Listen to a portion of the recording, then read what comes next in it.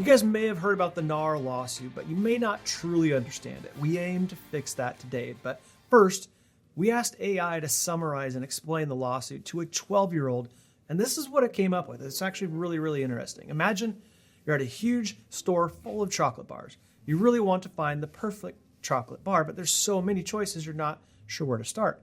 So you decide to ask a friend for help. Your friend is super good at finding the best chocolates, but there's a catch.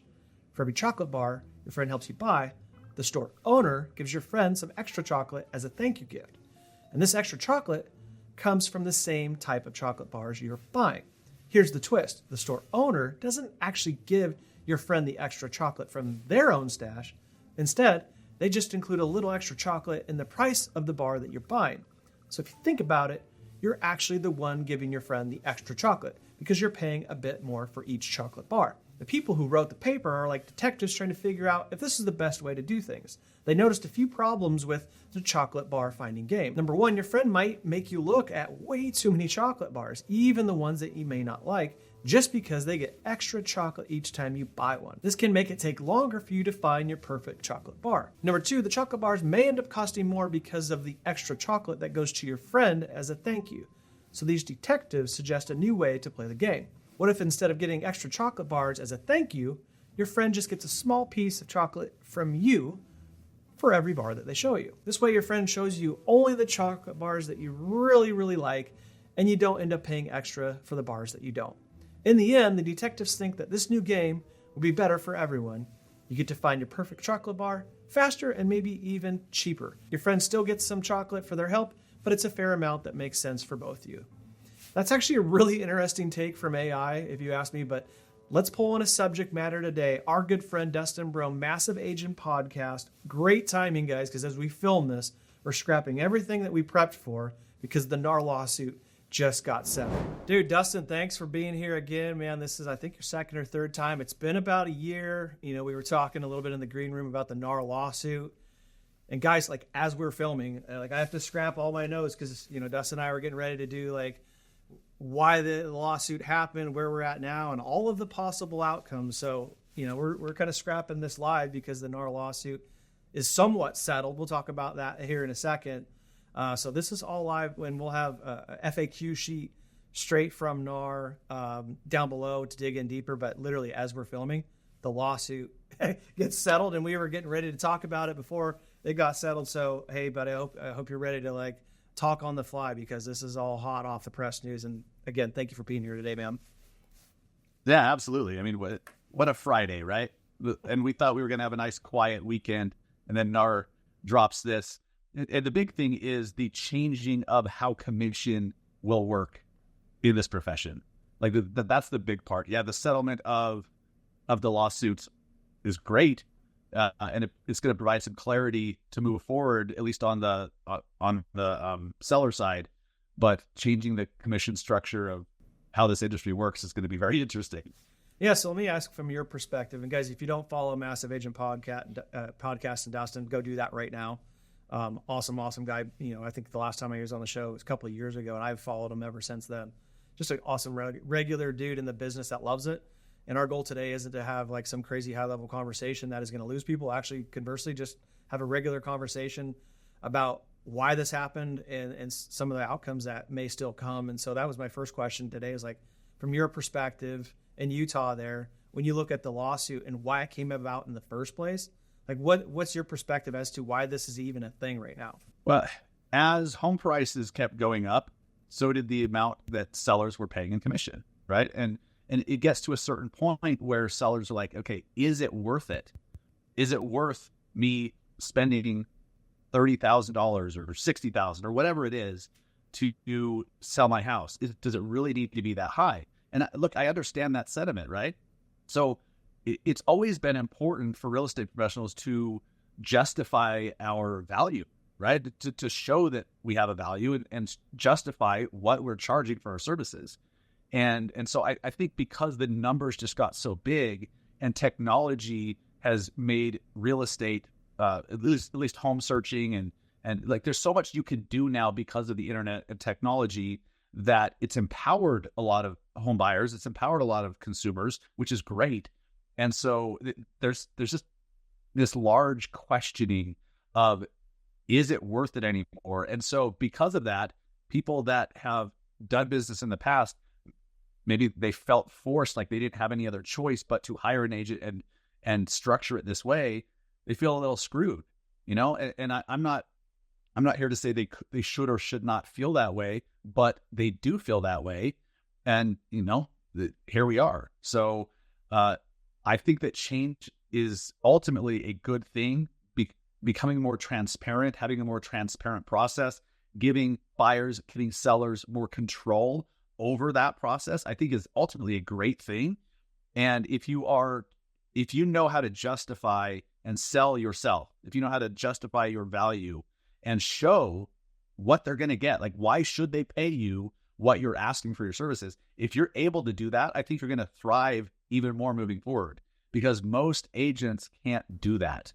Yeah. And there's going to be a lot of agents who don't know how to navigate these tough times. So knowing how to sell yourself is it's always been important. It's important for lenders, important for agents, important for anyone in business.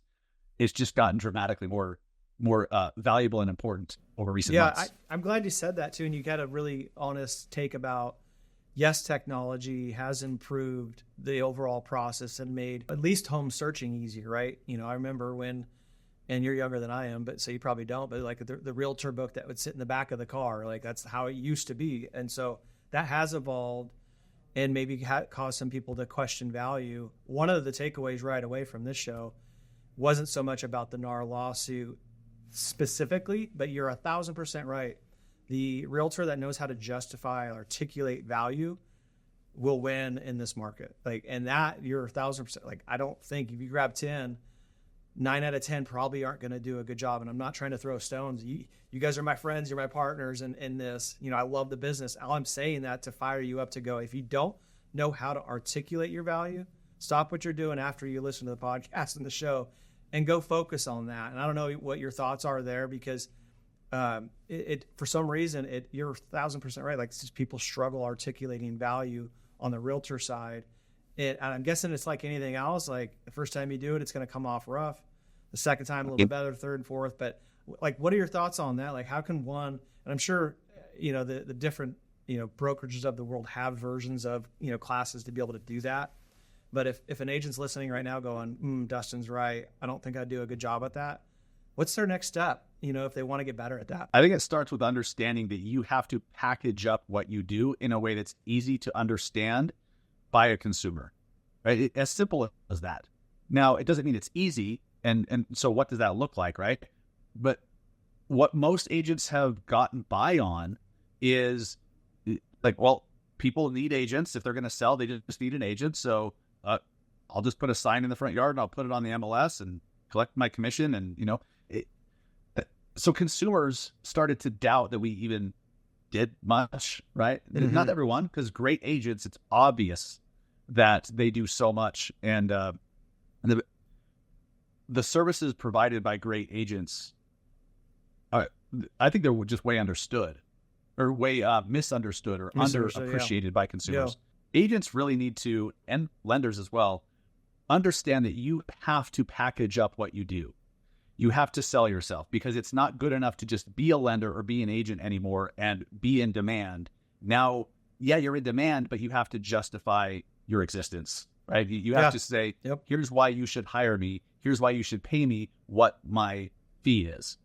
And so it starts with not taking anything for granted, right? What most agents do, and I know I did this for a long time, strangely, it's when I was struggling the most in the industry, is I just assumed everyone knew what a real estate agent does. Yeah. I just assumed everyone knew a good point. Every little thing that we do for them. And so if you just eliminate that, just expect that no one knows anything about what you do, and you have to lay it all out, it becomes easy for you to create this package that becomes attractive to a buyer or a seller. So just for example, if you work with buyers, if you create some sort of document or a graphic or a PDF or something that just lays out what you do for buyers agents, and then you go through it with them, they're going to think, okay, I like that. I like that. Oh, you're going to help me find a house? Okay, cool. Some people don't know that. Some people think that they've got to find the house themselves and then come to you. Yeah. So don't assume that they know you're going to help them find a house, or that you'll go look at off-market properties, or that they even have access to them, right? So we'll help you find a house. We have a database of off-market properties. We have a database of pocket listings, whatever. We'll help you find houses that aren't on the MLS. So like, okay, yeah, I like that. That's going to help me as a buyer. Okay, I want that. And then you go into, we'll help you secure great financing. We have relationships with amazing lenders that I've referred my own family members to, that I'll give you their information to help you secure the best rate and fees and program for you and your goals. So they're like, okay, cool. That's one thing off my plate that I don't have to do now as a buyer. I don't have to find my own lender. Like, this agent's going to help me. And you just go through that process, and like, we'll get you a home warranty. We'll have the seller pay for it.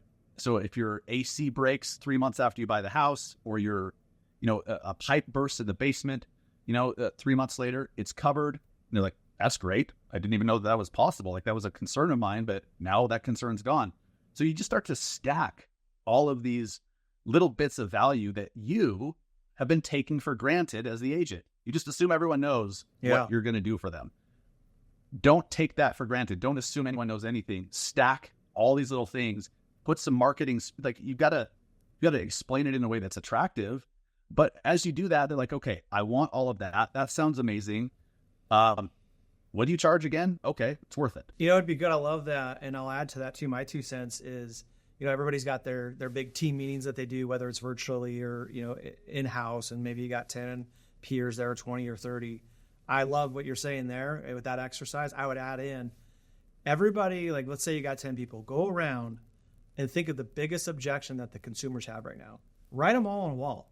Be as harsh as you can. I don't need a realtor. I got Zillow. Whatever narrative that is out there, write every single objection down, come back, and then the group, speaks to that and solves that, because that really is, you gotta, again, you assume that the buyer, the seller knows. That's, very difficult, very dangerous to make that assumption. So stare down the barrel of all the narratives of why they don't need a realtor on the buyer seller side, right? And then be able to speak to every single one of those. I think that'll be a really healthy exercise paired with what Dustin just walked out as well. So I love that. I think that's a great exercise. I think you're 100% right. Like, the person that can articulate value the best, the clearest, the most precise way is really going to win. I'm curious your thought, biggest ramifications from the settlement. I know we haven't really dug in yet, but I'm sure you've thought about it before. Like, do you think there's going to be fewer realtors in the business moving forward? Do you think this is all going to be a difficult conversation about, I got to pay my realtor out of my own pocket? So to your, like, what do you think are the biggest ramifications from the lawsuit from your chair? Yeah, there's going to be fewer agents for sure. And we've been trending in that direction already, because of the difficult market, because of interest rates, and we've just been trending in that direction. So this will fuel that for sure. It'll speed that trend up. I think NAR is in big trouble. I don't know how NAR has any means to survive all of these different lawsuits. The $5 billion class action, the Sitzer Burnett. How the hell do you pay for that, right? Even with insurance, like so you have a shrinking membership base. What do? You've got to raise your fees dramatically. Well, if you do that, you're just going to piss everyone off. And so, and now I think the last piece that's coming some point, I'm speculating here, but I think NAR is going to have to remove the stipulation that if you are going to join a brokerage, or if you're going to get access to the MLS, you must be a NAR member. As soon as they remove that, there's going to be a lot of agents choosing to not be, because NAR has shown what happens if you just assume everyone needs you and you don't bother to sell yourself and your value. Yeah. NAR has shown what that looks like, because 96% of the agents that I talk to in polls that I've done with my audience, which is not all agents, but my portion of the industry, they see zero value to NAR, and would leave in a nanosecond if they were able to, if their brokerage didn't require membership. So NAR's in big trouble. I don't think that's a good thing. Like, I think NAR does great things in Washington, D.C. Yeah, I was gonna Great say things on the lobbying advocacy, side. right? I think there's value Advocacy. there, but it probably For property rights and for home ownership rights and tax advantages and all of this stuff that's fantastic and we need more of, but it's all the other BS that agents are sick of. And so I don't think it's a good thing if NAR goes away because we need that advocacy. We need more of it. So how does that all play out? I don't know.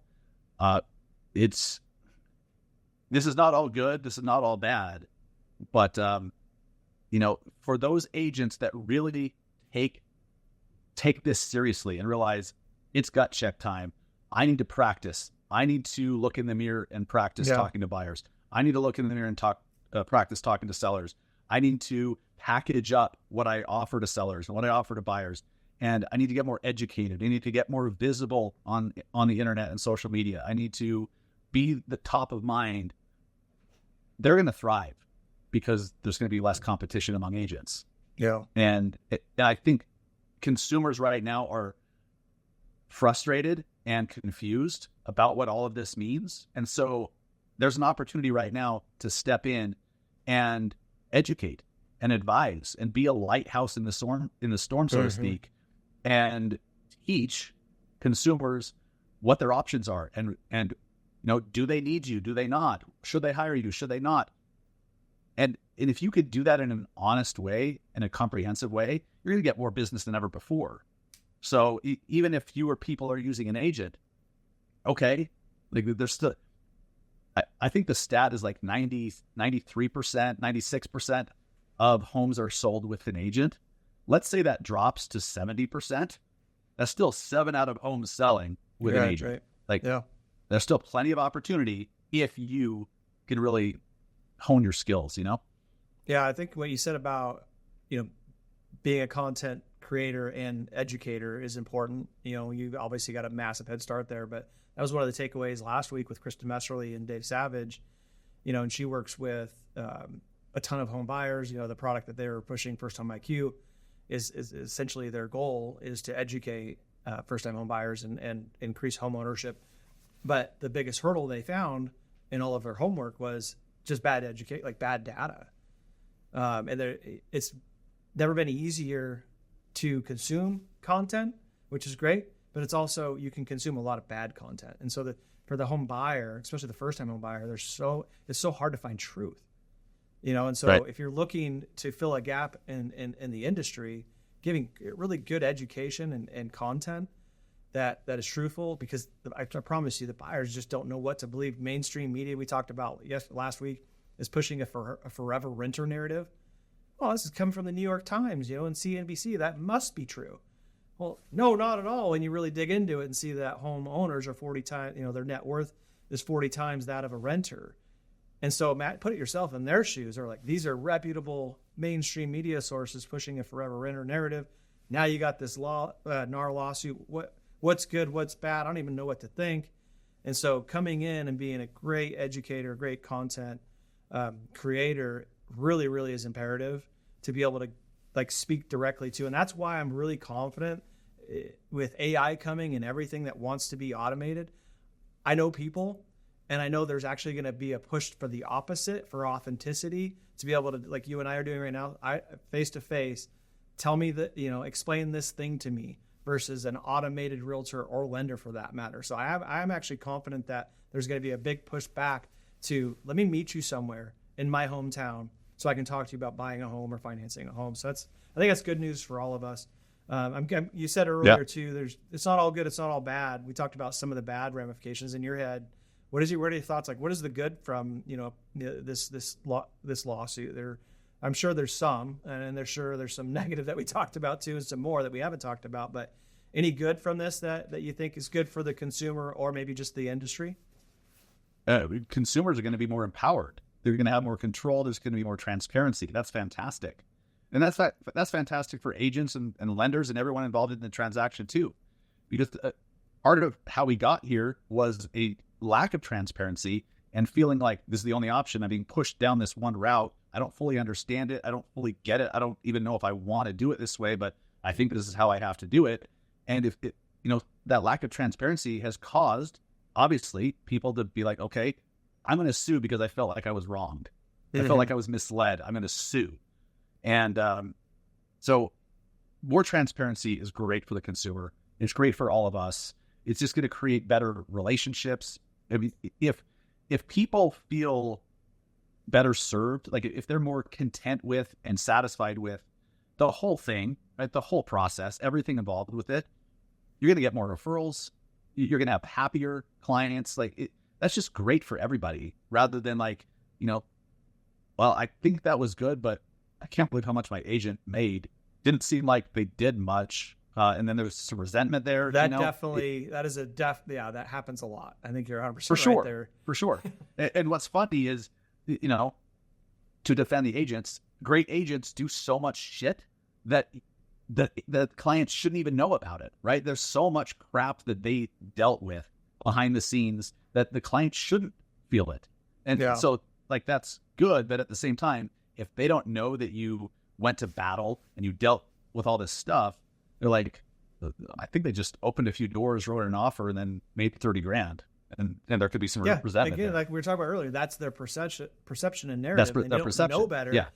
Back to what you said. Okay, well, then maybe we need to articulate better some of the things that they've just taken for granted. Yes. I've taken all of these bullets for you. I took all this stress off your plate you don't even know about. But again, if they don't know about it, they're just going to come up with the same conclusion that you said. Wow, they made way too much and did way too little. Right. You know what I mean? Like, and you can't blame them if they don't know better. That's all they know. So again, it's our job. We've said it a few times today. It's our job to make sure that they do know that. They do know 1,000%. There's a lot of risk on your guys' part too that you guys take up front. For the consumers watching though, and we haven't really kind of explained the lawsuit. We did, the chocolate bar reference at the opening of the show. Can you explain to them in like the simplest of terms? So essentially, you guys may have, if you bought a home, you may not even knew that there was commission already predetermined when you bought that home. It didn't come out of your pocket per se. It was actually in the price of the home. So can you kind of walk through that at the most basic level for consumers watching going, what is this about? Like, why are we changing things? Yeah. There's a lot of sellers that feel like they were forced to pay for a buyer's agent and didn't like that they felt they didn't have a choice. And I mean, the fact is, it's always been negotiable. A seller could say, I don't want to pay a buyer's agent, or I only want to offer $1 or, whatever. Like, they don't have to do everything, but they felt differently. And so a lot of this is frustration from sellers who feel like to sell their house, they shouldn't have to pay. If a buyer wants to have representation, they shouldn't have to pay for it. And I understand that.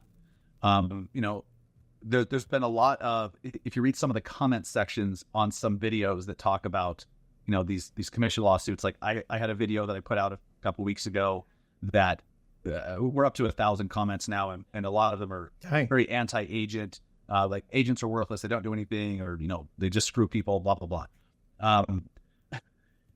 What you'll find is, I don't even know where I was going with that, but, yeah. Well, it's impressive. You got 1,000 comments. I mean, I guess that proves the point that it's a pretty polarizing topic right now, and people are weighing in. There's just so much misunderstanding, and so back to, for consumers, what these lawsuits are seeking to do, and what the Department of Justice is seeking to do is just remove, just separate the seller agent commission and buyer's agent commission. And potentially, if a buyer, so now what the Department of Justice is proposing is that if a buyer wants their own agent, the buyer needs to pay for that agent. Yep. And look, if you really think about it, the buyer's always been paying for their own agent because they're the ones bringing the money to the transaction, right? They're the ones paying for the house. And so the money's coming from the buyer. So in a way, they're paying for the representation. It's just, routed in a couple different ways. And it's kind of weird, which is part of the problem because it got kind of murky.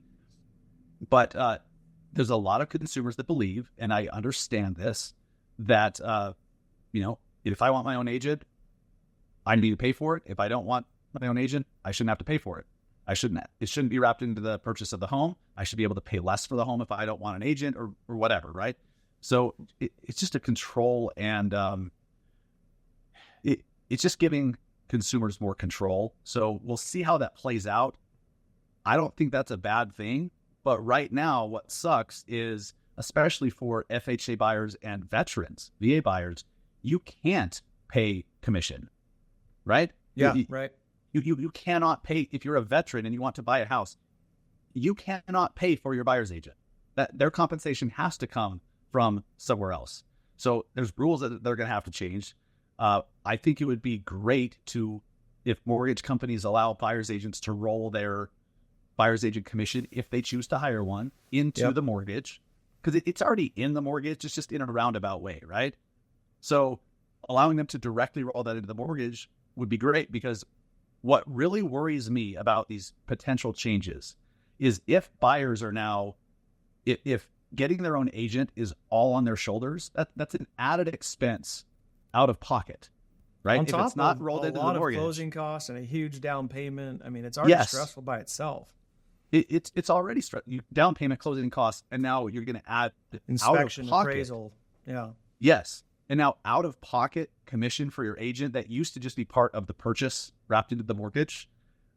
That's going to hurt so many home buyers who can't do that. So they're going to have to choose, do we just not be represented, which is super dangerous, and or go to the seller's agent and they represent, dual representation, which may not be the best solution either.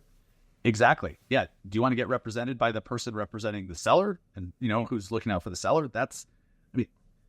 Just because it can be done that way doesn't mean it's a smart idea. You can represent yourself in court. I sure as hell wouldn't recommend it. Right. Good point. I wouldn't know what the hell I was doing. Yeah. I'd be going up against seasoned attorneys that would kick my ass.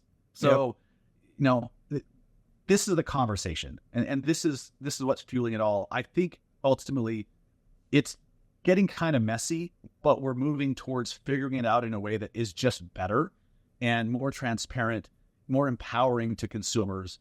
And I think that that's fantastic for everyone involved. Yeah, my hope, and it sounds like, and this isn't the end of it, the settlement terms that came out today, guys. Like, there's a lot more shoes to drop. So if you feel like this is done, it's not.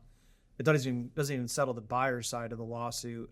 And it sounds like there's quite a few more shoes to drop for some of the bigger companies. So I was hopeful, and I'm all for transparency. My hope through the lawsuit is that things would be allowed to continue how they were.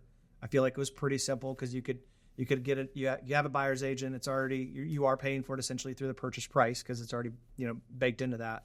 And my hope was that maybe there was just going to be like an extra disclosure up front that you go, yes, I know this thing's happening, and yes, I know it's 3 and 3, and you know what I mean. Like my hope was like, maybe it's as simple as that, and it really could fix the transparency piece. Nobody's being duped into anything because you're signing a form up front. Hey, I know, and I think in some states that does exist, but nationwide that seemed like a really easy solution, because you're right, there's going to be some unintended consequences to some of this. Like you mentioned, the veterans and Fannie and Freddie may have to come in and change their guidelines now to accommodate this stuff. So it's like a domino effect. And like we saw it in 2008, man, when the mortgage industry caused the great meltdown. They came in and all these regulations, went way too stern the other way and really constricted the market. And so this is sometimes what happens, when DOJ, well-intended, gets involved, or the CFPB or any other governing, body. They come in and they kind of jack things up. And you gave a great example about veterans and FHA buyers, where they're like, I'm already stressed for cash. Last thing I want to do is come up with appraisal, inspection, down payment, and an extra cost. So that will remain to be seen, because there's other unintended consequences and dominoes that will follow. So we'll have to have you back in the future, man, because this is certainly not over. And I think a lot of people are like celebrating today, thinking that it is. Yeah, I believe this is just the beginning, and we're speculating based on the information in front of us and how we interpret it. Some of the stuff we mentioned, we may have misinterpreted because it's changing so fast. There's so many different moving parts to it. So yeah, it's I believe there's so much more to come, but it's getting messy in order to get to a nice, clean place that the people are satisfied with, that just works. And this is what positive change looks like. Sometimes it's messy in the middle of it, and hopefully, and I'll cast that hope for the whole industry, it comes out a lot cleaner in the end. but we're in the messy part of it right now. In all of our shows, we usually like, hey, let's talk about the most relevant thing. Obviously, we just did that. Hit them between the eyes with some honesty, but also wrap up, and I'll give you the last word with some encouragement. If you put yourself in your shoes with your realtor, friends that are looking at this and maybe a little bit wide-eyed and 10,000 yard stare, I'm not really sure what's coming. I'll give you the last word of, just share some encouragement with them moving forward, because I know you can. Better than I can. Success in real estate is not rocket science. Okay. You're not having to invent a product. You're not having to invent some blockbuster drug that doesn't exist. You're just having to do something that literally the hundreds of thousands and millions of other agents have already done. So this has always been true, but it's so important now. Whatever you're trying to do, even if you're new and you're just trying to get your business off the ground, you have to go find and partner with and get in the room with people that have already done the thing that you're trying to do and learn from them. Do what they did. It's such a simple concept, success in real estate. It's not easy because there's all sorts like limiting beliefs involved. There's all sorts of, if you lack confidence, that's a problem. Like there's all these personal limitations that we put on ourselves that are roadblocks. But the path forward is fairly simple, and it's been figured out.